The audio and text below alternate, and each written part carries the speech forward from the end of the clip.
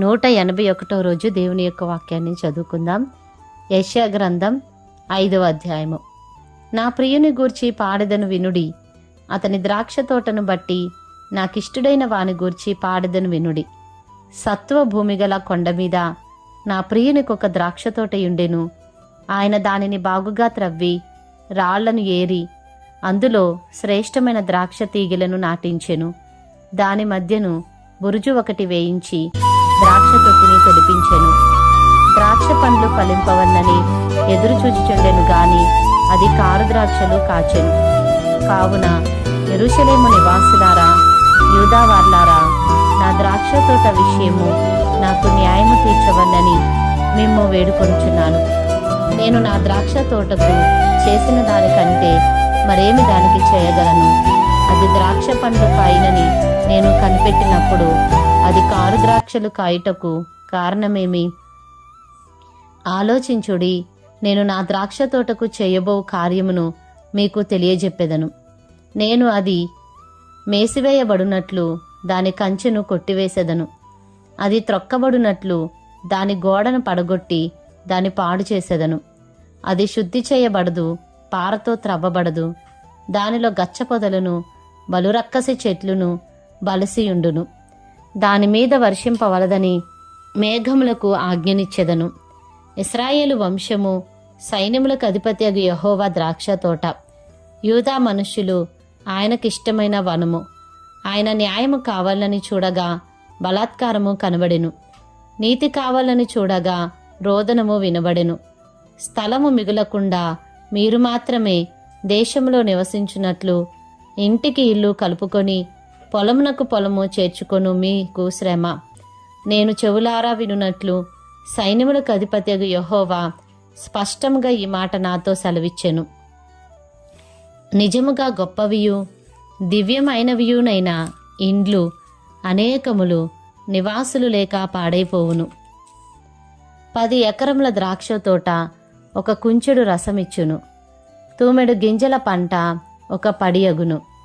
మద్యము త్రాగుదమని వేకునే లేచి ద్రాక్షారసము తమకు మంట పుట్టించు వరకు చాలా రాత్రి వరకు పానము చేయవారికి శ్రమ. వారు సితారా, స్వరమండల, తంబుర, సన్నాయిలను వాయించుచు ద్రాక్షారసము త్రాగుచు విందు చేదురు గాని యెహోవా పని యోచింపరు, ఆయన హస్తకృత్యములను లక్ష్యపెట్టరు. కావున నా ప్రజలు జ్ఞానము లేకయే చెరపట్టబడి పోవుచున్నారు. వారిలో ఘనులైన వారు నిరాహారులుగానున్నారు. సామాన్యులు దప్పిచేత జ్వరపీడితులగుదురు. అందుచేతనే పాతాళము గొప్ప ఆశ పెట్టుకుని అపరిమితముగా తన నోరు తెరుచుచున్నది. వారిలో ఘనులును సామాన్యులును ఘోషచేయువారును హర్షించువారును పడిపోవుదురు. అల్పులు అణగద్రొక్కబడుదురు, ఘనులు తగ్గింపబడుదురు. గర్విష్ఠుల చూపు తగ్గును. సైన్యములకు అధిపతియగు యెహోవాయే తీర్పు తీర్చి మహిమపరచబడును. పరిశుద్ధుడైన దేవుడు నీతిని బట్టి తన్ను పరిశుద్ధపరచుకొనును. అది మేత బీడుగా నుండును, గొర్రెపిల్లలు అచ్చటా మేయును.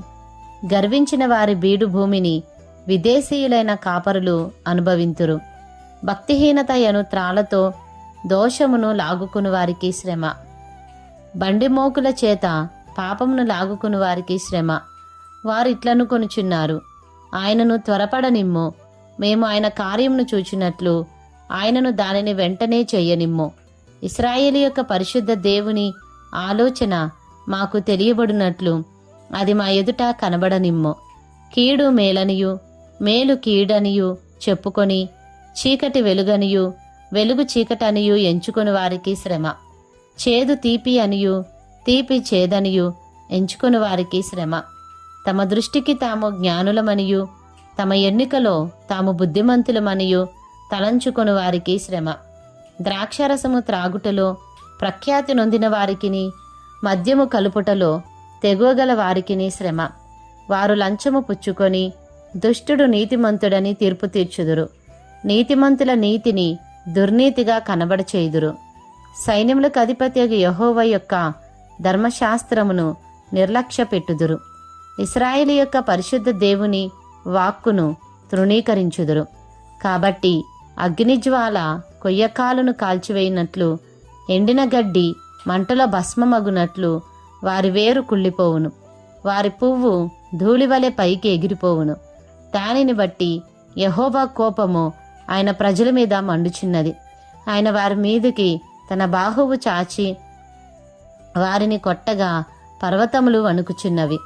వీధుల మధ్యను వారి కళేబరములు పెంటవలే పడియున్నవి. ఇంతగా జరిగినను ఆయన కోపము చల్లారలేదు. ఆయన బాహువు ఇంకనూ చాపబడి ఉన్నది. ఆయన దూరముగానున్న జనములను పిలుచుటకు ధ్వజమునెత్తును. భూమి అంతము నుండి వారిని రప్పించుటకు ఈలగొట్టును. అదిగో, వారు త్వరపడి వేగముగా వచ్చుచున్నారు. వారిలో అలసినవాడైనను తొట్టిల్లువాడైనను లేడు. వారిలో ఎవడునూ నిద్రపోడు, కునుకడు. వారి నడికట్టు విడిపోదు, వారి పాదరక్షల వారు తెగిపోదు. వారి బాణములు వాడిగలవి, వారి విండ్లన్నీయు ఎక్కుపెట్టబడి ఉన్నవి. వారి గుర్రముల డెక్కలు చెకుముకి రాళ్లతో సమానములు. వారి రథచక్రములు సుడిగాలి తిరిగినట్లు తిరుగును.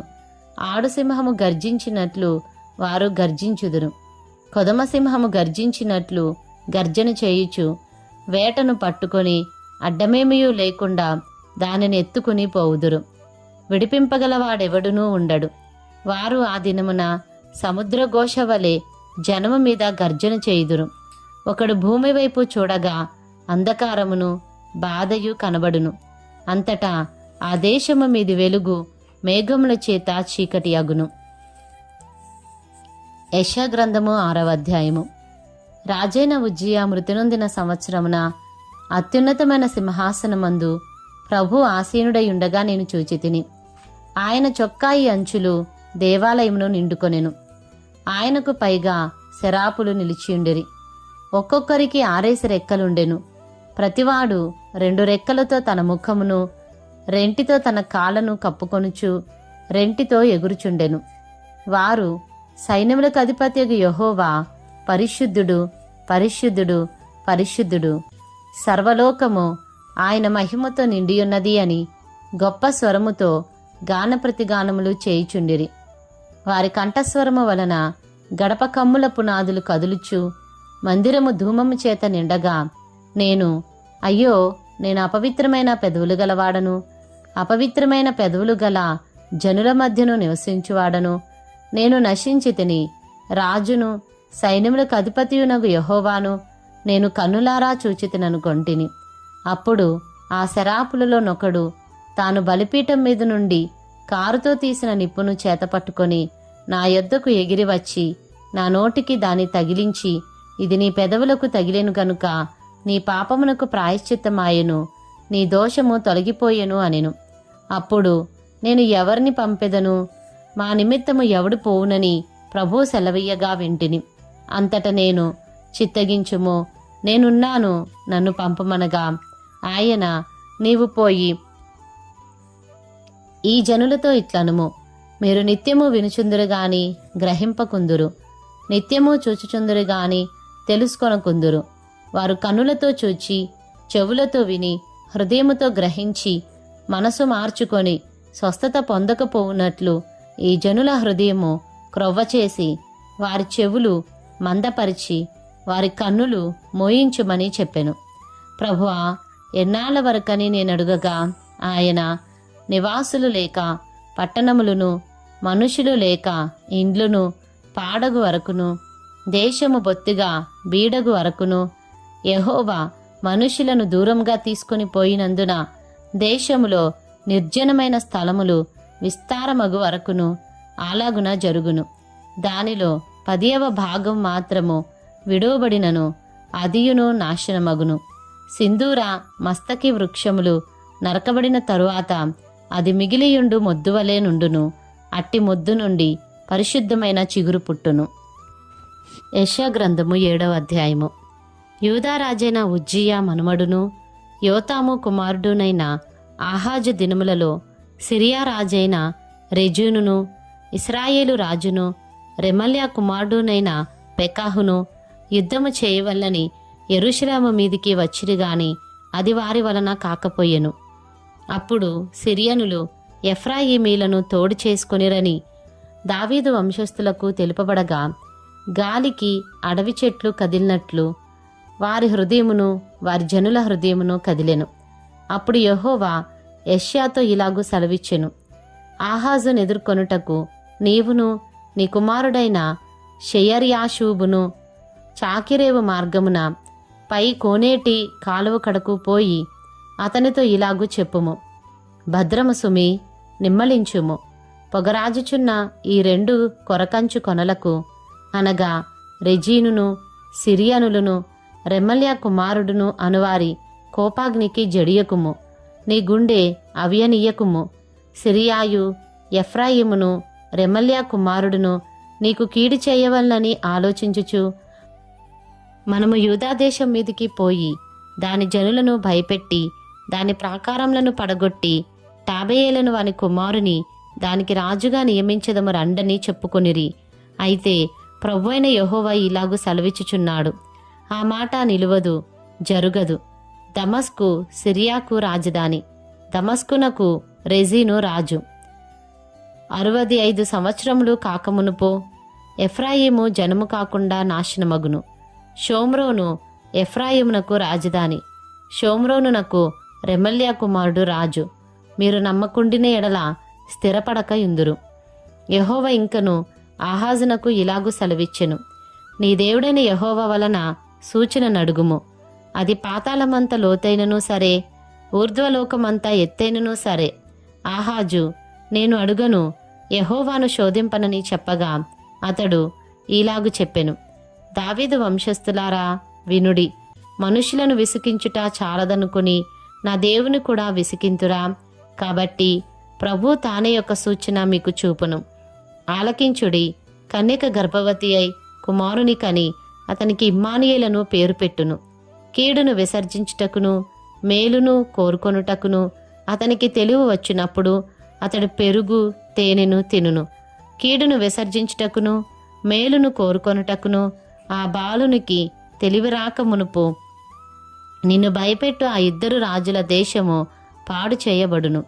యెహోవా నీ మీదికిని నీ జనము మీదికిని నీ పితరుల కుటుంబపు వారి మీదికిని శ్రమ దినములను, ఎఫ్రాయిము యోదా నుండి తొలగిన దినము మొదలుకొని నేటి వరకు రాని దినములను రప్పించును. ఆయన అష్షూరు రాజును నీ మీదికి రప్పించును. ఆ దినమున ఐగుప్తు నదుల అంతమందున్న జోరీగలను, అష్షూరు దేశంలోని కందిరీగలను యెహోవా ఈలగొట్టి పిలుచును.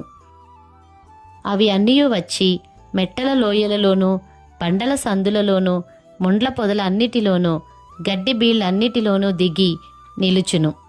ఆ దినమున యెహోవా నది యూఫ్రటీసు అద్దరు నుండి కూలికి వచ్చు మంగళకత్తి చేతను అనగా అష్షూరు రాజు చేతను తల వెంట్రుకలను కాళ్ల వెంట్రుకలను క్షౌరము చేయించును. అది గడ్డము కూడాను గీచివేయును. ఆ దినమున ఒకడు ఒక చిన్న ఆవును 2 గొర్రెలను పెంచుకొనగా అవి సమృద్ధిగా పాలిచ్చినందున అతడు పెరుగు తినును. ఏలైనగా ఈ దేశములో విడవబడిన వారందరూ పెరుగు తేనెలను తిందురు. ఆ దినమున 1000 వెండి నాణెముల విలువగల 1000 ద్రాక్ష చెట్లుండు ప్రతి స్థలమున గచ్చపొదలును బలురక్కసి చెట్లును పెరుగును. ఈ దేశమంతయు గచ్చపొదలతోనూ బలురక్కసి చెట్లతోనూ నిండియుండును గనుక బాణములను విండ్లను చేతపట్టుకొని జనులు అక్కడికి పోవుదురు. పారచేత త్రవ్వబడుచుండిన కొండలన్నిటిలోనున్న బలురక్కసి చెట్ల భయము చేతను గచ్చపొదల భయము చేతను జనులు అక్కడికి పోరు. అది ఎడ్లను తోలుటకును గొర్రెలు త్రొక్కుటకును ఉపయోగమగును. యెషయా గ్రంథము 8వ అధ్యాయము. మరియు యెహోవా, నీవు గొప్ప పలక తీసుకొని మాషేరు షాలాల్ హాష్బజ్ అను మాటలు సామాన్యమైన అక్షరములతో దానిమీద వ్రాయుము.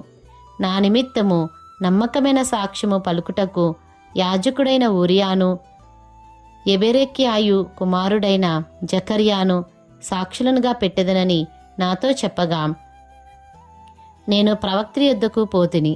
ఆమె గర్భవతి అయి కుమారుని కనగా యెహోవా అతనికి మహేరు షాలాల్ హాష్బజ్ అను పేరు పెట్టుము.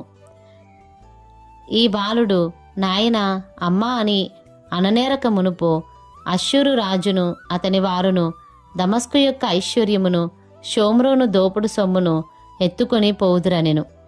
మరియు యెహోవా ఇంకను నాతో ఇలాగూ సెలవిచ్చెను, ఈ జనులు మెల్లగా పారు షిలోహు నీళ్లు వద్దని చెప్పి రెజీనును బట్టియు రెమల్యా కుమారుని బట్టియు సంతోషించుచున్నారు. కాగా ప్రభువు బలమైన యూఫ్రటీసు నది విస్తార జలములను అనగా అష్షూరు రాజును అతని దండంతటిని వారి మీదికి రప్పించును. అవి దాని కాలువలన్నిటికి పైగా పొంగి ఒడ్డులన్నిటి మీదను పొర్లి పారును. అవి యూదా దేశంలోనికి వచ్చి పొర్లి ప్రవహించును. అవి కుతికల లోతగును. ఇమ్మానుయేలు పక్షి తన రెక్కలు విప్పునప్పటి వలె దాని రెక్కల వ్యాపకము నీ దేశ వైశాల్యమంతటను వ్యాపించును. జనులారా రేగుడి, మీరు ఓడిపోవుదురు. దూరదేశస్థులారా మీరందరూ ఆలకించుడి. మీరు నడుము కట్టుకొనినను ఓడిపోవుదురు, నడుము కట్టుకొనినను ఓడిపోవుదురు. ఆలోచన చేసుకొనినను అది వ్యర్థమగును, మాట పలికినను అది నిలువదు. దేవుడు మాతోనున్నాడు, ఈ జనుల మార్గమున నడవకూడదని యెహోవా బహుబలముగా నాతో చెప్పియున్నాడు. నన్ను గద్దించి ఈ మాట సెలవిచ్చెను. ఈ ప్రజలు బందుకట్టు అని చెప్పునదంతయు బందుకట్టు అనుకొనకుడి. వారు భయపడు దానికి భయపడకుడి, దాని వలన దిగులు పడకుడి. సైన్యములకు అధిపతి యెహోవాయే పరిశుద్ధుడనుకొనుడి. మీరు భయపడవలసిన వాడు ఆయనే, ఆయన కోసరమే దిగులు పడవలెను. అప్పుడు ఆయన మీకు పరిశుద్ధ స్థలముగా నుండును. అయితే ఆయన ఇశ్రాయేలు యొక్క 2 కుటుంబములకు తగులు రాయిగాను అభ్యంతరము కలిగించు బండగానూ ఉండును. యెరూషలేము నివాసులకు బోనుగాను చిక్కు వలగానూ ఉండును. అనేకులు వాటికి తగిలి తొట్రిల్లుచు పడి కాళ్ళు చేతులు విరిగి చిక్కబడి పట్టబడుదురు. ఈ ప్రమాణ వాక్యమును కట్టుము, ఈ బోధను ముద్రించి నా శిష్యులకు అప్పగింపుము. యాకోబు వంశమునకు తన ముఖమును మరుగు చేసుకొను యెహోవాను నమ్ముకొను నేను ఎదురుచూచుచున్నాను. ఆయన కొరకు నేను కనిపెట్టుచున్నాను. ఇదిగో నేనును యెహోవా నాకిచ్చిన పిల్లలును సియోను కొండ మీద నివసించు సైన్యములకు అధిపతి యెహోవా వలని సూచనలుగాను మహత్కార్యములుగాను ఇశ్రాయేలీల మధ్య ఉన్నాము. వారు మిమ్మును చూచి కర్ణపిశాచు గల వారి యొద్దకును కిచకిచలాడి గొణుగు మంత్రజ్ఞుల యొద్దకును వెళ్ళి విచారించుడని చెప్పునప్పుడు జనులు తమ దేవుని యొద్దనే విచారింపవద్దా? సజీవుల పక్షముగా చచ్చిన వారి యొద్దకు వెళ్ళదగునా? ధర్మశాస్త్రమును ప్రమాణ వాక్యమును విచారించుడి. ఈ వాక్య ప్రకారము వారు బోధించని ఎడల వారికి అరుణోదయము కలుగదు. అట్టి వారు ఇబ్బంది పడుచు ఆకలిగొని దేశ సంచారము చేయుదురు. ఆకలిగొనుచు వారు కోపపడి తమ రాజు పేరను తమ దేవుని పేరను శాపములు పలుకుచు మీద చూతురు. భూమి తట్టు తేరుచూడగా బాధలును అంధకారమును దుస్సహనమైన వేదనయు కలుగును. వారు గాఢాంధకారంలోనికి తోలివేయబడిదరు.